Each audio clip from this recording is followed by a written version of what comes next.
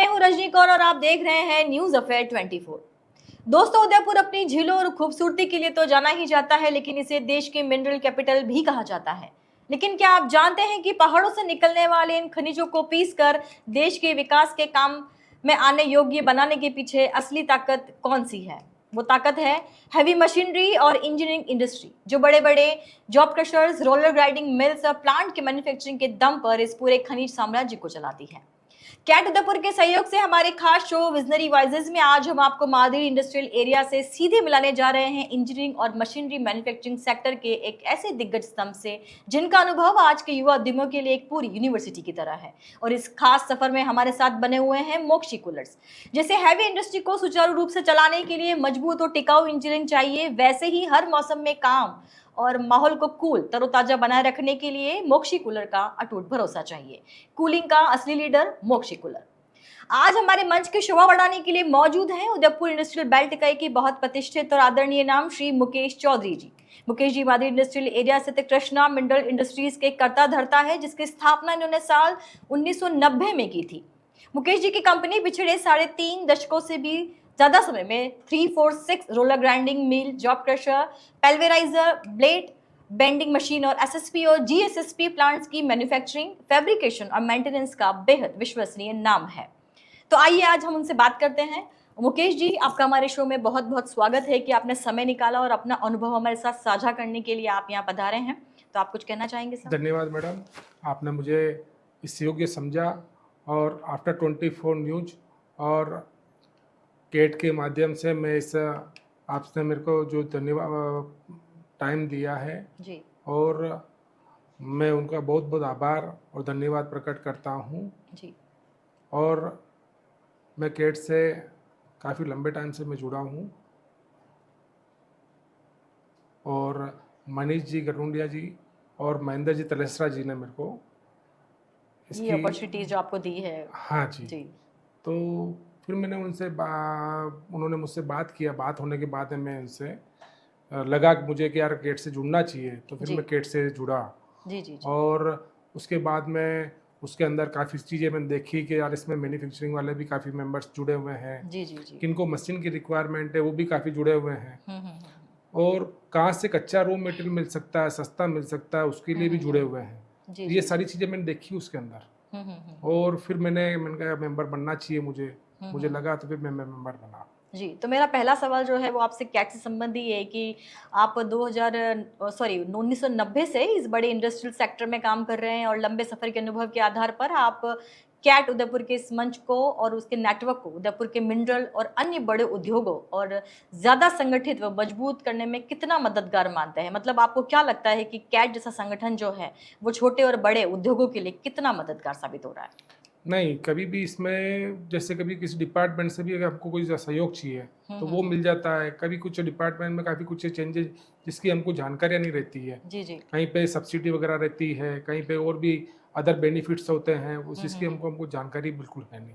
जी तो वो हमें जैसे केट के प्लेटफॉर्म पे हमको मिल जाती है वो सारी जानकारियाँ, प्लस कहाँ से कच्चा रॉ मटेरियल आता है जो इसके साथ में जुड़े हुए हैं केट के साथ, तो हमें उससे काफ़ी कुछ कि यार कोई हमारे साथ कोई बाहर का कोई उद्यमी हमारे साथ धोखा नहीं करते। यार ये नहीं कि बंदा केट से जुड़ा हुआ है, उनकी सारी डिटेल्स वगैरह सारी उसमें मिल जाती है। तो उसकी वजह से जैसे ही अपन कोई इस कार्य को करते हैं और मैं जैसे जुड़ा इसके बाद में, तो मुझे काफ़ी कुछ फर्क लगा जी जी कि व्यापार को आगे बढ़ाने के लिए मुझे योगदान मिलता है। जी, मतलब आपको कैट से एक तो विश्वास मिल रहा है कि आपको सही लोगों से हाँ कनेक्टिविटी, एक नेटवर्किंग बहुत अच्छे से हो रही है, प्लस आपको उद्योगों के बारे में जो सरकारी जानकारियाँ या जो नॉलेज योजनाएं चाहिए वो आपको इन्फॉर्मेशन जो है कैट के थ्रू मिल जाती जी है। हाँ। तो आपको लगता है कि इस तरह के संगठन जो है प्रभावी रूप से काम करते हैं? जी हाँ। जी।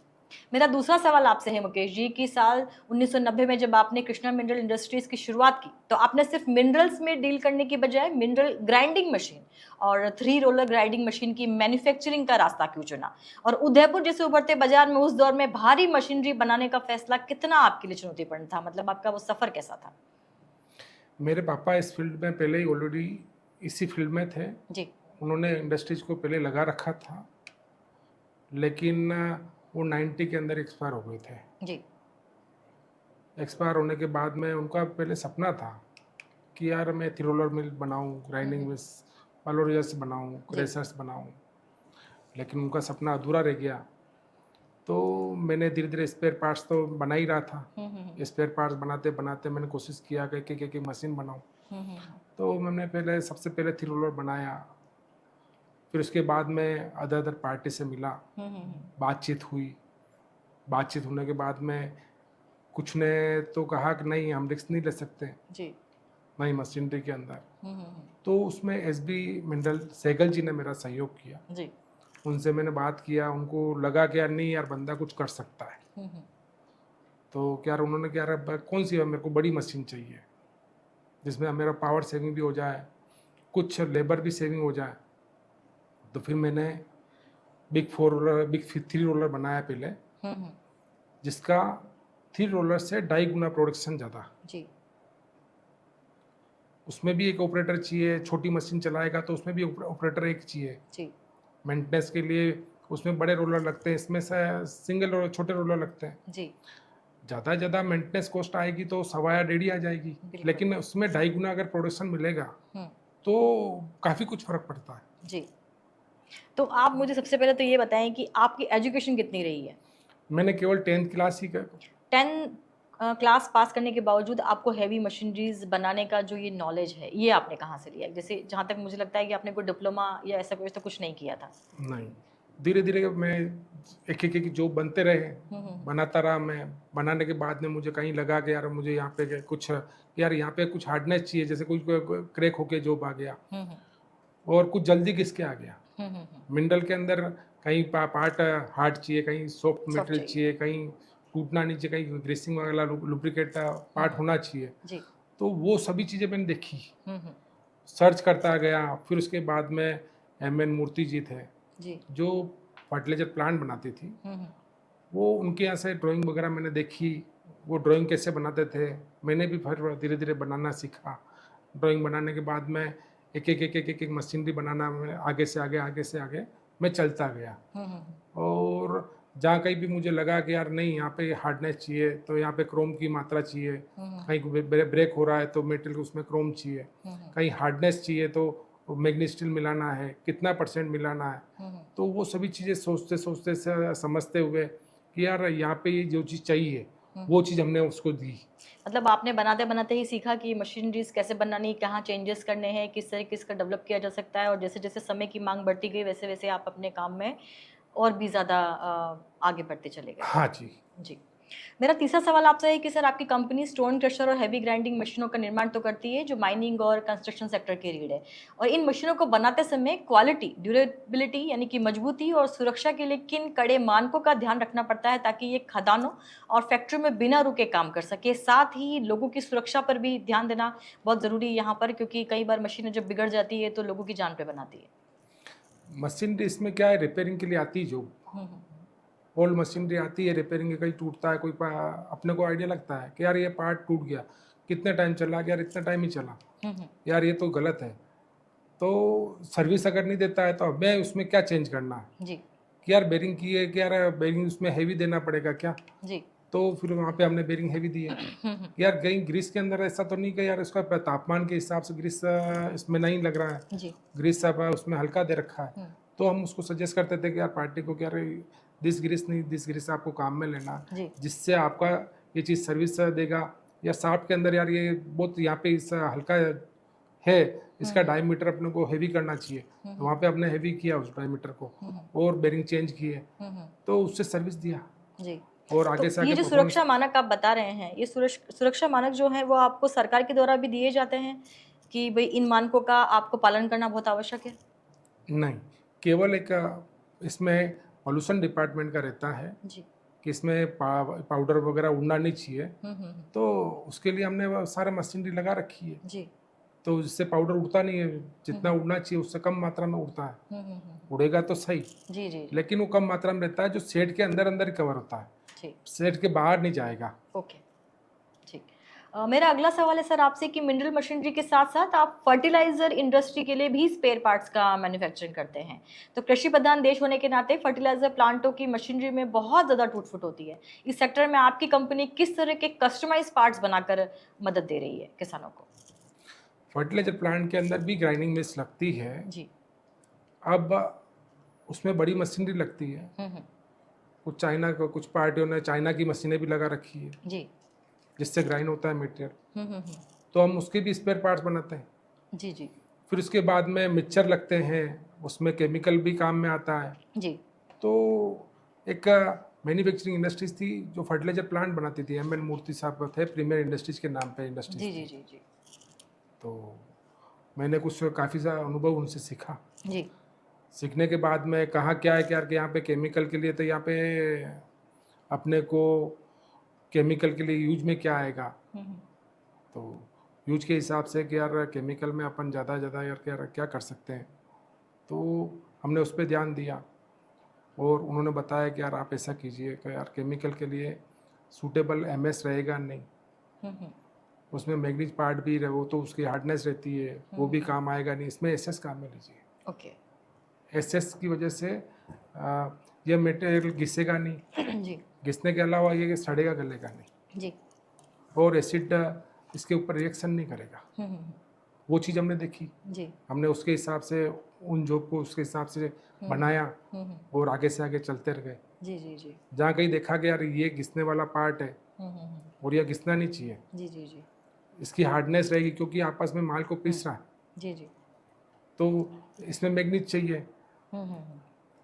तो मैग्नीज के बाद हमने मैग्नीज मिलाया, मैग्नीज के बाद देखा कि यार ये तो क्रैक हो गया। जी जी। तो हमने इसमें क्रोम की मात्रा बढ़ाई। अब मैग्नीज और क्रोम मिलाने के बाद उसको मशीनिंग करने की कोशिश की, तो मशीनिंग नहीं हो पाता पार्ट। उसको वापस किसी अदर पार्ट पे फिटिंग करना हमको। तो यार कितनी हार्डनेस देनी चाहिए, कितना क्रोम मिलाना चाहिए, कितना मैग्नीज मिलाना ये सब चाहिए। आपका मतलब अनुभव के आधार पर आप अपना दिमाग लगा हाँ, के ही चीजों का प्रैक्टिकली धीरे धीरे इस्तेमाल धीरे करते हैं। धीरे। लेकिन यहाँ पर आपको ऐसा महसूस नहीं होता है कि जो ये आने वाला अभी जो हमारा समय चल रहा है वो ऑटोमेशन का है, और इस दौर के अंदर आपने अपने आप को अपडेट किया है, क्योंकि आने वाला जो समय थोड़ा सा रोबोटिक्स भी हो रहा है, एआई भी आ रहा है, तो आपको लगता है कि आपकी इस मशीनरी इंडस्ट्री का समय कितना है जहां पर आप अपने दिमाग से और अपने हाथों से ही ये सारा काम कर रहे हैं? नहीं, आगे से आगे कोई न कोई मशीनरी के अंदर चेंजेज आते रहते हैं जी और उसके हिसाब से हम भी उसी आधार पे चलते रहते हैं। कुछ जी नई मशीनरी हमको लेनी पड़ती तो हम लेते भी हैं, जी जी जिसका प्रोडक्शन अधिक मिलता है। जी तो VMI और काफ़ी सारी ब्रांडेड है जी जो जी मशीनरी के अंदर जो कंप्यूटर से चलती है। जी। तो मतलब उसमें आप ड्राइंग्स आपकी वगैरह जो फिटिंग कंपनी करनी है वो अपडेट भी बराबर हो रही है, वो सिर्फ एक ट्रेडिशनल तरीके से नहीं चल रही है, जी क्योंकि आज का जो हमारा कंपटीशन वाला टाइम है जहाँ पर हम चाइना से काफ़ी सारी मशीनरी एक्सपोर्ट इंपोर्ट करते हैं, मंगाते हैं यहाँ पर, जी। तो उस पर भी मेरा आपसे ये सवाल था कि क्या वो मशीनें हमारे बनस्पत सस्ती पड़ती हैं या फिर वो महंगी हैं एक तरीके से? नहीं, इसके ऊपर एक्सपोर्ट ड्यूटी वगैरह काफ़ी लग जाती है, हम्म। तो कॉस्टली तो पड़ती है वो भी मशीन। जी जी लेकिन यहाँ कोई बनाता नहीं है तो उसके हम्म हिसाब से कोशिश ये रहती है कि यार बाहर से वहाँ से ले लेते हैं। हम्म। फिर कई बार क्लाइंट फंस भी जाता है, क्योंकि जब उसके पार्ट्स नहीं मिलते, कुछ उसके खराब हो पार्ट्स जाए वगैरह तो। मिलते ही नहीं है, हम्म। तो फिर हमसे संपर्क करते हैं। हम्म। फिर हम उस पार्ट्स को हम बनाते हैं ओके। और हम बना के उनको सप्लाई करते हैं जी और उनका मशीन को किसी भी हालत में चालू करते हैं, ओके। ब्रेक होने नहीं देते हैं इस जी मशीन जी को। जी जी।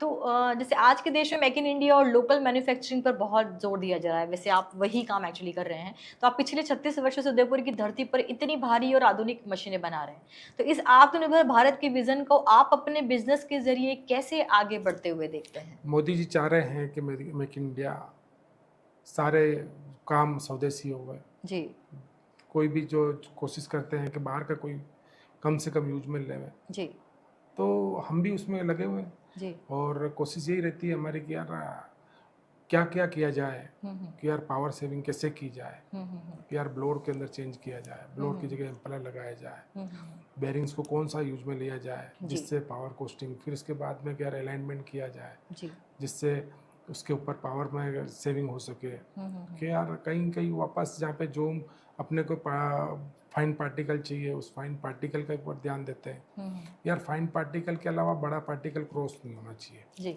बड़ा पार्टिकल अगर क्रॉस नहीं होगा तो अधिक से अधिक प्रोडक्शन बढ़ेगा, पावर कोस्टिंग वगैरह काफ़ी कुछ सेविंग हो जाती है उससे। तो जैसे भी आपने कहा कि मोदी जी चाहते हैं कि मेक इन इंडिया, यानी कि हर चीज़ जो है वो इंडिया से ही बन के निकले और इंडिया के लोग ही उसका इस्तेमाल करें, जैसे स्वदेशी भारत की जो बात आप कर रहे हैं। जी लेकिन आप मुझे बताइए कि सबसे बड़ी समस्या जो कि अभी आप थोड़ी देर पहले हमने डिस्कस किया था कि जो हम देखते हैं कि हमारे पास जनसंख्या तो बहुत सारी है, जी लेबर हमारे पास बहुत है, जी लेकिन हमारे पास क्वालिफाइड लेबर नहीं है, जिसकी जी जिसकी वजह से बड़ी बड़ी इंडस्ट्रीज को काफ़ी समस्याओं का सामना करना पड़ता है। उसके बारे में आप क्या कहेंगे? क्वालिफाई भी लेबर नहीं है। उसके अलावा भी आपके पास जो बंदा, एक्चुअल में क्या है, सबसे पहले तो क्या हमें स्कूल से ट्रेनिंग मिलनी चाहिए। जी 2 घंटे 4 घंटे इसके अंदर देना चाहिए जी। कि यार उसको सीखने को कुछ ना कुछ मिले। हम्म। कल वो पढ़ाई करके और उससे ये सारा काम नहीं चल सकता। हम्म। धीरे धीरे उसको उस चीज़ में कि यार उसका एक मन होना चाहिए कि बाद में कि मैं यहाँ से फील्ड से बाहर निकलूँ, पढ़ाई करने के बाद में मुझे ये कार्य करना है। हम्म। उसमें वो रुचि रुचि अपने को दिलाएंगे तो स्कूल से हो सकता है। बिल्कुल बिल्कुल। और अपन ने उसको स्कूल से पढ़ाई में ही केवल उसमें लगा रखा है, हम्म। तो वो आगे भी जाके वो केवल कि यार मैं ऐसा फील्ड करूँगा यार, ज़्यादा से ज़्यादा कंप्यूटर चला लूँ, या फिर कोई इनको अदर से मार्केट से ऑर्डर का प्लानिंग करूँ, कोई ऐसा भी कोई मुझे सर्विस मिल जाए जिससे मेरा काम चल जाए। मैं बैठ तो के काम कर सकूं। हाँ, बैठ के मुझे काम करना हो। वो आगे की तरफ ध्यान ही नहीं दे पाता जी। कि यार मेरे को, यार मैं मशीन चलाऊंगा, मेरे को ये चीज़ सीखने को मिलेगी। वो वहाँ तक बहुत जब तक ये यहाँ तक नहीं पहुँच पाएंगे कि यार स्कूल से बच्चों को उस तरफ ढालना है, जी तब तक ये कुछ नहीं हो सकता। जी। जैसे कि हमने देखा है कि काफ़ी सारे पश्चिमी देशों के अंदर बच्चों को स्कूल से ही काफ़ी सारी कौशल विकास के कार्यक्रम में डाला जाता है, जैसे उनको मशीनरी से अवगत कराया जाता है, ताकि वो उन पे इंटरेस्ट डेवलप होता नहीं होता, वो बात की बात है, लेकिन उनको पहचान जरूर उस चीज़ से करवाई जाती है। तो चाइना के अंदर यही सारा सिस्टम चाइना है, में यही चीज़ है, तो इसीलिए वो वो इस बच्चे, चीज़ में नंबर वन है, आ गया है। हाँ हाँ जी, जी इसीलिए वो चाइना सबसे आगे है। जी। तो हमारी आज की जो युवा पीढ़ी जो सोचती है कि कम समय में जल्दी से जल्दी आगे बढ़ा जाए, क्योंकि आप तो इस इंडस्ट्री में 3 दशक से भी ज़्यादा काम कर रहे हैं, प्लस आपने बताया कि आपने सिर्फ 10th पास किया था, कोई बड़ा ज़्यादा नॉलेज लेकर भी आप इस फील्ड में नहीं आए। तो हमारी आज की जो युवा पीढ़ी है जो सिर्फ फ़ोन और टेक्निकल चीज़ों में ज़्यादा ध्यान देती है, उनको आप अपनी तरफ से क्या ज्ञान देना चाहेंगे? मैं चाहता हूँ कि जो भी अपना फ्री टाइम होता है जी। तो वह किसी इंडस्ट्रीज में जाए, हम्म। और इंडस्ट्रीज वालों को भी रहना चाहिए कि यार कोई आ रहा है पढ़ा लिखा, या वो पढ़ाई कर रहा है, एजुकेशन कर रहा है, तो उनको मौका देना चाहिए, उनको बुलाना चाहिए। प्रैक्टिकल कोई नॉलेज देना चाहिए उनको। टेक्निकली यार, तो उसमें अपना हो सकता है जी। कुछ माइनस सेविंग भी हो सकती है, कोई फर्क नहीं पड़ता है, लेकिन देश का विकास होगा उससे। जी। बाकी अगर ये यूं चलता रहा तो कुछ नहीं होना। मतलब आप कहना चाहते हैं कि सिर्फ सरकार या हमारे प्रयासों से कुछ नहीं होगा, जो आज की युवा पीढ़ी उसे भी इस चीज़ को समझना पड़ेगा कि सिर्फ डेस्क पे बैठ के काम, अगर सभी डेस्क पे बैठ के काम करेंगे तो फिर प्रैक्टिकल उतर के कौन काम करेगा, धरातल पर उतर के काम करना भी जी, बहुत ज़रूरी है। सही बात है। जी। तो ये तो आपने बहुत अच्छी जानकारी आपने हमें अपने काम के बारे में दी है। इसके अलावा अब मैं जो आपसे एक अंतिम प्रश्न पूछना चाहती हूँ वो ये कि उदयपुर, मेवाड़ की धरा पे आप बैठे हैं, यहीं पर आपने कितना अच्छा अपना साम्राज्य बिज़नेस खड़ा किया है। आप उदयपुर के बारे में क्या सोचते हैं? उदयपुर का जिलों की नगरी भी है। जी। उदयपुर मेवाड़ के अंदर कई सारे पहाड़्स है, कई सारे मिनरल्स हैं, कई सारे है, खनिज पदार्थ है, तो जी। अलग अलग प्रकार से। और उदयपुर जैसा शांत शांत शहर तो कहीं शहर होगा ही तो नहीं। कहीं मिलेगा भी नहीं। जी, मैंने कई सारे बाहर से देखे हैं, जी, कोई दिल्ली से आए हैं, कोई पंजाब से आए हुए हैं। जी, जी, जी। और मेरा एक अभी एक सरदार जी हैं सरस्वती, तो अभी जस्ट वो पंजाब गए हैं। उनका सन जो है वो इसमें अपंग पोजीशन में है, वो वर्क नहीं कर सकते, जी, उनका एज भी हो गया, जी। उनकी बच्चियां हैं, उनकी शादियां हो गई, हुँ। तो उनका वो पहले 85 से आए हैं। अच्छा। 85 से उन्होंने यहीं रहे, जी। और अभी यूँ समझो 4 दिन पहले गए, अच्छा, अच्छा। और मुझसे गले मिलके और कि यार नहीं मैं जाना नहीं चाहता हूँ, मेरी मजबूरी है जी। कि मुझे वहाँ जाना पड़ रहा है। उदयपुर उनको इतना पसंद आ गया। उतना उदयपुर पसंद आया। जी, एक और मेरे डॉक्टर सोम है, धनंजय सोम, जी। वो दिल्ली से आए हुँ। और उदयपुर में ही बसे, हुँ। यहीं पे मकान बनाया। जी। ये सारी चीज़ें मैंने देखी, हुँ। और मैंने और भी कहीं से जो सुना कि यार उदयपुर जैसा सिटी शहर कहीं नहीं है, नहीं है। शहर कोई। बिल्कुल। तो जैसे कि मुकेश जी ने भी बताया कि उदयपुर जैसा शहर कोई नहीं है, क्योंकि यहाँ सिर्फ खूबसूरती नहीं है, यहाँ मिनरल्स की खदानें हैं, यहाँ पर्यावरण है, यहाँ पर शांति है और बहुत कुछ ऐसा है जो देखने लायक है। तो मुकेश जी, आपसे बात करके साफ हो गया है कि बड़ी इंडस्ट्री सिर्फ पैसों से नहीं बल्कि सालों के कड़े अनुशासन, अनुभव और हर चुनौती से सीखने की जिद से खड़ी होती है। हमारे स्टूडियो में आने के लिए और अपनी इस समृद्ध यात्रा के अनुभव हमारे दर्शकों के साथ साझा करने के लिए आपका बहुत बहुत धन्यवाद। धन्यवाद। तो दर्शकों, ये थे कृष्णा मिनरल इंडस्ट्री के मुकेश चौधरी जी। इन्होंने हमें सिखाया कि शुरुआत चाहे कितनी भी छोटी हो, अगर आपके कदम लगातार आगे बढ़ते रहते हैं तो आप एक दिन बड़ा साम्राज्य खड़ा कर सकते हैं। हृदय से आभार कैट उदयपुर का, जिनके सहयोग से हम व्यापार उद्योग जगत के इन स्तंभों के अनुभव आप तक पहुंचा पाते हैं। और अंत में शुक्रिया हमारे पार्टनर मोक्षी कूलर का, जो अपनी बेमिसाल कूलिंग से हमारे हर पल को आरामदायक बनाते हैं। मैं रजनी कौर, न्यूज़ अफेयर 24 से अगले हफ्ते फिर मिलेंगे एक और नई विजनरी लीडर के साथ में। तब तक देखते रहिए सच्ची खबर, पूरी खबर। नमस्कार।